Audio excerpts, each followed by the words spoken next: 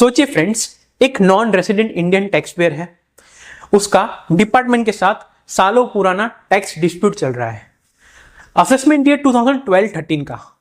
यहां पर डिपार्टमेंट ये कहता है कि आपने इनकम एस्केप की है, तो वहां पर उनको लगभग 32 लाख रुपीस का एडिशन कर देते हैं।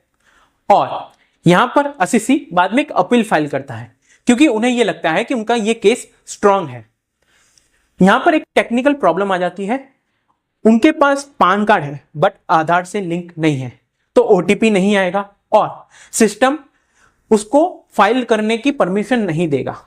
तो इसलिए असीसी फॉर्म 35 मैन्युअली फिलअप करता है और सारे डॉक्यूमेंट और फीस के साथ फाइल करता है, और ये अपील कमिश्नर अपील के पास जाती है, बट वहां पर भी पेंडिंग रहती है। कुछ टाइम बाद गवर्नमेंट ने एक स्कीम इंट्रोड्यूस की जिसका नाम था डायरेक्ट टैक्स विवाद से विश्वास 2024। इसमें गवर्नमेंट का यह मोटिव था कि सालों पुराने टैक्स डिस्प्यूट और लिटिगेशन खत्म हो जाए।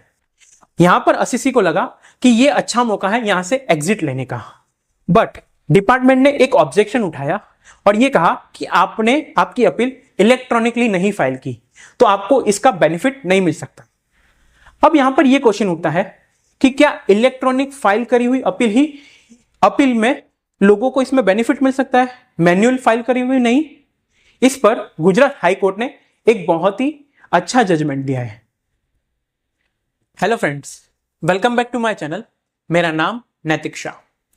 आज का वीडियो बहुत इंपॉर्टेंट है और ये जजमेंट एक लैंडमार्क जजमेंट है, और ये उन लोगों के लिए है जो एनआरआई है, नॉन रेसिडेंट इंडियन, जिन्होंने अपनी अपील मैन्युअली फाइल की है और डायरेक्ट टैक्स विवाद से विश्वास स्कीम 2024 के अंडर सिर्फ टेक्निकल ग्राउंड्स के बेसिस पर रिजेक्ट कर दिया गया। यह केस का नाम है तेजल मयूर राव वर्सेस पीसीआईटी, यानी principal commissioner of income tax, जो गुजरात हाई कोर्ट ने अक्टूबर 2025 को प्रोनाउंस किया था। यहां पर कोर्ट ने क्लियर मैसेज दिया है कि इनकम टैक्स डिपार्टमेंट सिर्फ प्रोसीजरल डिफेक्ट के बेसिस पर सेटलमेंट स्कीम के बेनिफिट्स को डिनाई नहीं कर सकती।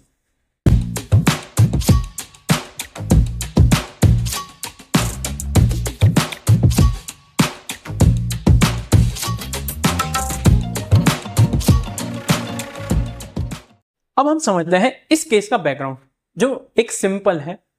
एक असीसी है जो नॉन रेसिडेंट इंडियन है, यानी एनआरआई। उसका मैटर असेसमेंट ईयर 2012-13 का है, और यहां पर इनकम टैक्स डिपार्टमेंट ने उनका असेसमेंट रीओपन किया under section 147 of the income tax act 1961 के अंदर।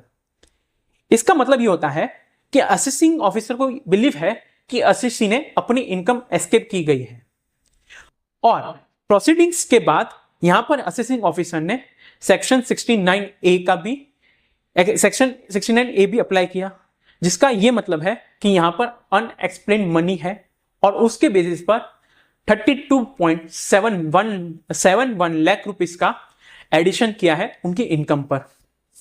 अब हम अपील फाइलिंग और फॉर्म 35 को समझेंगे। असेसमेंट ऑर्डर के बाद असीसी ने अपील फाइल करना चाहा कमिश्नर ऑफ इनकम टैक्स के सामने। नॉर्मली ये अपील फॉर्म 35 में होती है, लेकिन एक जेन्युइन प्रैक्टिकल डिफिकल्टी थी।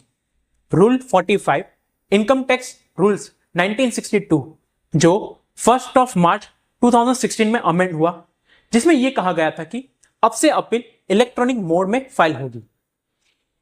यहां पर यह डिफिकल्टी आई कि अपील असीसी के पास पैन तो था, लेकिन आधार कार्ड से लिंक नहीं था। अब अपील फाइल करने के लिए ओटीपी जनरेट होती है, बट यहां पर असीसी ने 4 जून 2020 को फॉर्म 35 मैन्युअली फिलअप किया, सारे रिक्वायर्ड डॉक्यूमेंट्स और अपील फीस के साथ। यहां पर अपील कमिश्नर के सामने फाइल तो हो गई, लेकिन डिस्पोज नहीं हुई, यानी वो अपील अभी तक पेंडिंग थी। इसके बाद गवर्नमेंट ने टैक्स लिटिगेशन को रिड्यूस के ऑब्जेक्टिव से डायरेक्ट टैक्स विवाद से विश्वास स्कीम 2024 को इंट्रोड्यूस किया, जो फाइनेंस नंबर 2 एक्ट 2024 के सेक्शन 88 से सेक्शन 99 के बीच है। इस स्कीम का यह मोटिव है कि इनकम टैक्स के डिस्प्यूट को सेटल करना और टैक्स लिटिगेशन को रिड्यूस करना। इस स्कीम का मेन ऑब्जेक्टिव यह है कि उसका स्पेसिफिक डेट जो सेक्शन 89(1)(a) में डिफाइन की गई है, और इस स्कीम की स्पेसिफिक डेट थी 22 जुलाई 2024। इस डेट के अंदर जिस भी असीसी की अपील या प्रोसीडिंग्स है तो उससे इस स्कीम का बेनिफिट भी मिल सकता है। अब असीसी ने अपनी अपील पेंडिंग के बेसिस पर section 90 sub section 1 read with section 91 sub section 4 के अंडर फॉर्म 1 में क्लियरली मेंशन किया है कि उनकी अपील भी 22 जुलाई 2024 में कमिश्नर के सामने पेंडिंग थी, और ये फैक्ट डिपार्टमेंटल रिकॉर्ड में भी डिस्प्यूटेड नहीं है। इनकम टैक्स डिपार्टमेंट ने असीसी का फॉर्म 1 रिजेक्ट कर दिया। डिपार्टमेंट का यह कहना था कि क्योंकि असीसी ने रूल 45 के अंडर इलेक्ट्रॉनिक मोड से अपील फाइल नहीं की है तो उन्हें डायरेक्ट टैक्स विवाद से विश्वास स्कीम 2024 के बेनिफिट्स नहीं मिल सकते। अब यहां पर कोर लीगल इश्यू अराइज होता है, और सवाल यह था कि क्या डेजिग्नेटेड अथॉरिटी या इनकम टैक्स डिपार्टमेंट डिसाइड कर सकता है कि अपील इनवैलिड है या वैलिड। इस स्कीम का सिर्फ एक कंडीशन है कि अपील स्पेसिफाइड डेट पर पेंडिंग होनी चाहिए। अब यहां पर हाई कोर्ट ने इस इश्यू को एनालाइज करते हुए CBDT guidance note number 2 of 2024 dated 16 दिसंबर 2024 को भी कंसीडर किया, जिसमें एफएक्यू नंबर 36 भी इंसर्ट किया गया। और यहां पर सीबीडीटी ने क्लैरिफाई किया कि असीसी की अपील 22 जुलाई 2024 को भी पेंडिंग थी।